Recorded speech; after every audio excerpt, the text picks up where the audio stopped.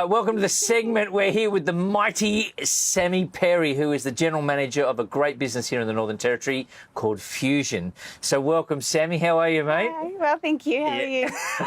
Now, Sammy is meant to be behind a desk as the general manager, but I must confess I've seen you more on the forklift, in high-vis, bossing 30 to 40 gentlemen around. And I didn't know that was in the role of a general manager. The way it should be. So tell me about how sort of Sammy got into the events world.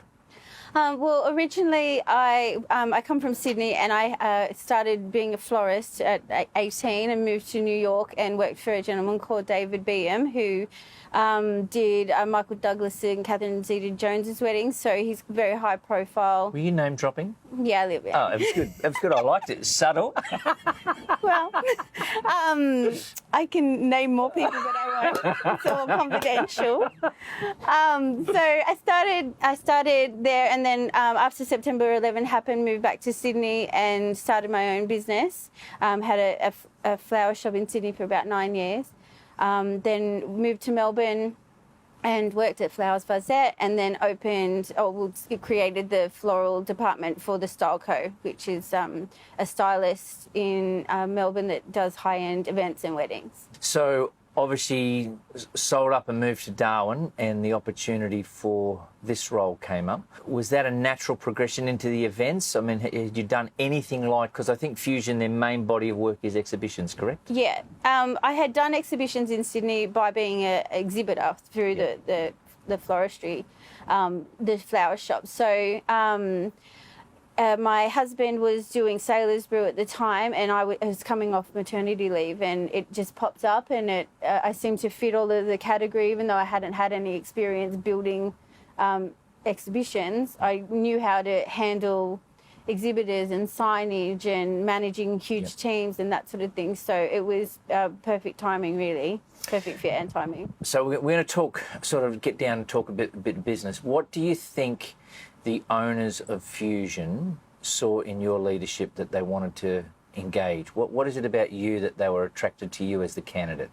I think originally it came down to my creative background, because we do lots of gala dinners and design and that sort of thing. So apart from the exhibitions, when they happen, there's usually events that go with those. So I have an extensive portfolio of my work, so which I sent with my resume. So they saw the capacity of work that I had done, and I think that was something new for the NT, the sort of styling that I create, and new ideas and new installations, like using the roof, for example, different lighting, different floral, of course. So I think that made me stand out as a candidate, and I have the sort of brain that is both creative and managerial, so I know how to be a businesswoman as well as having that artistic side. So I think that was a highlight for them. So talking about businesswoman, so that model has crashed, without sort of trying to be too stereotypical, but is when I see you terrorising on the forklift and high-vis and with your screw gun on, and then the next time I see you at a high-end event dressed up. So how does that all work in your leadership style? Obviously general manager, but obviously very, very hands-on. Oh, very much.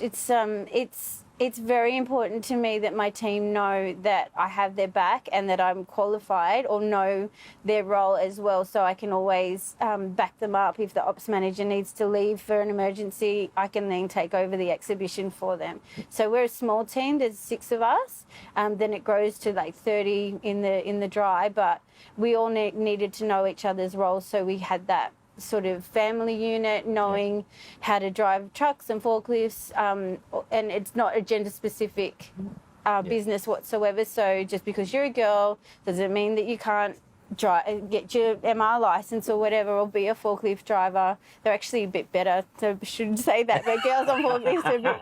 You're on your own. You're on your own. They take their time. They're a little bit more cautious about things. So that was a direct dig at Sam. That was good. That was good. That was good. That's good. So tell me this. So obviously every sector, we've all had our lives change dramatically with this COVID-19. So what would you the general manager, the leader, the hands-on person that obviously takes a very high-profile position in your business, what would you say to other local businesses that might be doing it really, really tough? And none of us can really see light at the end of the tunnel. We can hear it's there, but none of us can actually see it. What would you say to some of the other people in your type of position that might be really struggling at the moment? My biggest word of advice is there's always a way. There's always something different and looking at things differently. And I have no hesitation helping anybody do that, come into their business, not necessarily business coach, but looking at diversifying, being innovative, creative, creating different revenue streams. There's always, every single industry has unique ways that they haven't thought of because they're probably compounding all of their thoughts. It's just like, crazy. So diversifying? Yeah, being innovative, looking at things in a way you've never looked at them before, and that sometimes you need help. So not being afraid to ask me or ask someone like you that knows different ways of looking at things, because every day we're asked to create. When we're working, like when it's the season, we're asked to create the same thing or same theme in a different way. So you have to really break it down. What angles are you trying to do? Just try and be different. So speaking of different, I did see on Facebook where, and I'm going to give it a crack, the word mural, that you have got an amazing hidden talent there, where you're now getting asked to go all over the place painting murals. Murals. How on earth did that happen? I've always been an artist. I just haven't really put it out there to everybody that I love doing it. So I had done a mural at my house, and then CUB Marquee 2018 had a big one in there, for Darwin Cup had a big one in there, and then Darwin Life last year had one in the opening area of their foyer kind of thing. I've just finished a private house, which is a large wall mural of tropical things. Bessa was last week, I think, and now I've got another one booked for Dundee. But there's 5 pending quotes at the moment. One's a really big one, which I probably can't say, but it would be very. It would change some of the ugly parts of Darwin. So I can see it: fusion exhibition, fusion forklift lighting, fusion murals.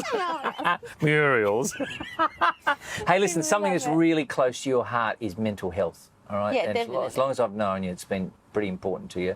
Obviously, as a leader, you've got days where you want to bang your head against the wall, and as a leader of that business, you don't really have the permission to kind of do that.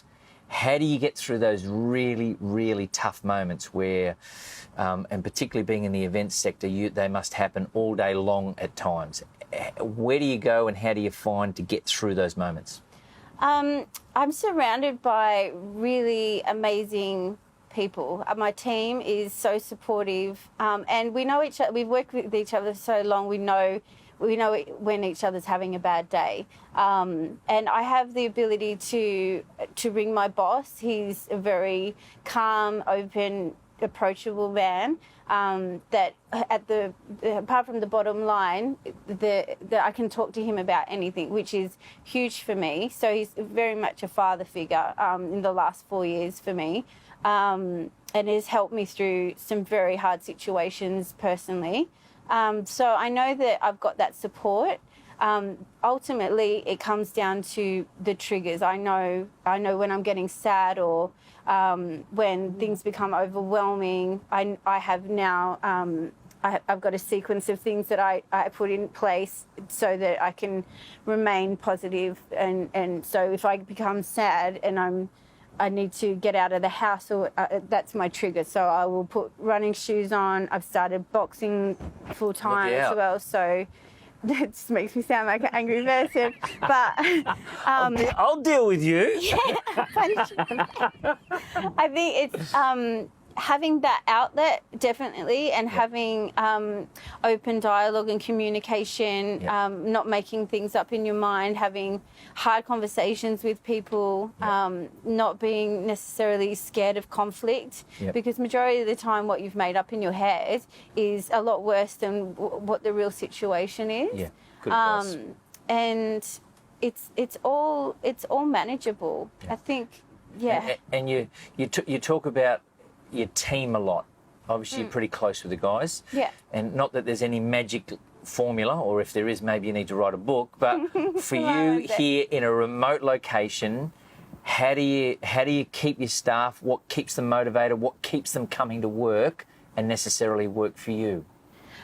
I think because my number one priority for any business I've ever run is my staff. If I get a team that work in the business like they own the business, they will never want to leave the business. So giving them goals, finding out what motivates them. I manage each staff member differently because they have different motivations. I find out where they want to go in their career. If they just want to come every day and make money and blah, blah, that's fine. That's your motivation. But maybe you want to come and you want to take my job, which is perfectly fine and normal to be competitive and have ambition. So I work out how I can train them in that role to be able to take over from me. And then I've got a backup as well, so which takes stress off me, so I know that I can have a sick day. I don't have to work like a dog every second of the day because I know Jessie, for example, has got my back.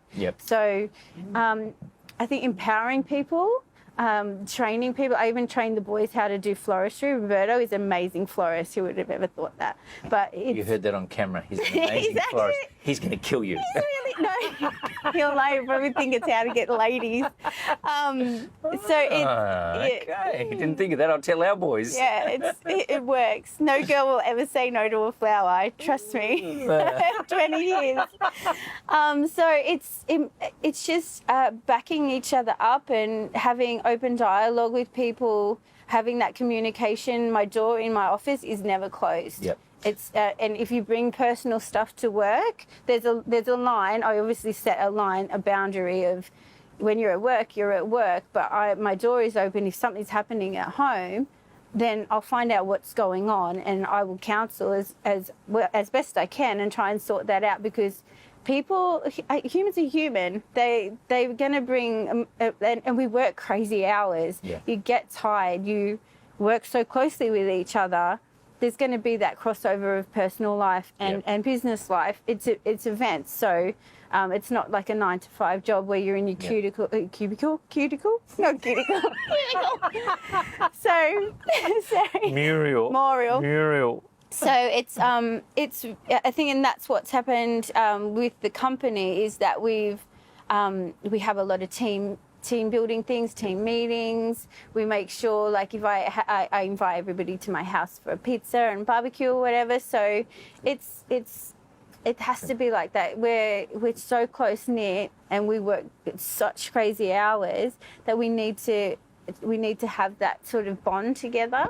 And at the end of the day, I probably don't take things as serious as I should, but that's how I lead my life, is that find humour in it, have a joke with the boys, for example. We're always banter back and forth. It makes 12-hour days really enjoyable. I look forward to going and driving the forklift and being up the ladder and having conversations with the guys. It doesn't feel like work. So awesome.